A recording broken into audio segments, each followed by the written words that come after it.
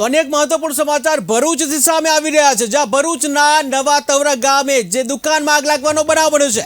ભરૂચના નવા તવરા ગામે દુકાનમાં આગ લાગવાની ઘટના બની છે, જ્યાં દુકાનમાં શોર્ટ સર્કિટના કારણે આગ લાગી, ત્યારે 15 લાખથી વધુનો સામાન બળીને ખાખ થયો છે।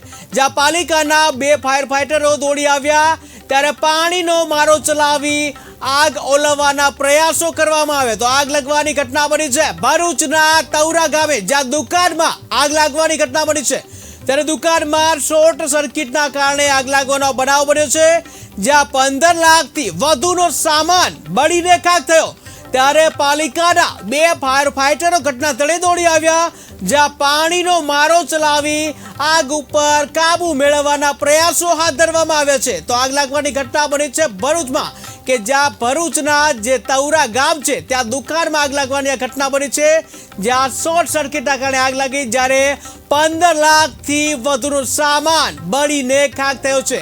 ત્યારે આ અંગે પાલિકાના ફાયર વિભાગને જાણ કરવામાં આવી હતી, જ્યાં ફાયર વિભાગના 2 ફાયર ફાઈટર ઘટના સ્થળે દોડી આવ્યા અને પાણીનો મારો ચલાવી આગ ઉપર કાબુ મેળવવાના પ્રયત્નો કરવામાં આવ્યા।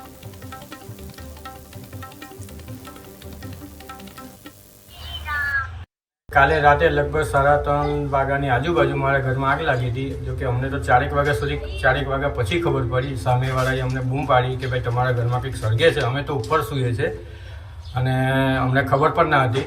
અમે ચાર માણસ છે, મતલબ કે હું, મારો સન, મારા વાઈફ અને એની વાઈફ। પછી એ લોકોને ગમે તે હિસાબે એ લોકોને બહાર કાઢ્યા, પણ મને બી તકલીફ પડી હતી બહાર નીકળવામાં અને બહુ મુસીબત પડી હતી, મતલબ કે આગળથી બહાર નીકળ્યો અને લગભગ મારી દુકાનમાં 15 લાખ રૂપિયા જેવું નુકસાન તો ખરું જ, મતલબ કે ટોટલી માલ ભરેલો હતો અંદર અને બધું જ મતલબ કે બળીને ખલાસ થઈ ગયું છે, કંઈ જ નથી। દિવાલોને બી નુકસાન થયેલું છે અને ઘરને પણ બધું ડેમેજ તો થયેલું જ છે, મતલબ કે આમ। અને ફાયર બ્રિગેડ વાન પણ બોલાવ્યા હતા અમે, એ લોકોએ પછી આવીને આગ ઓલવી હતી।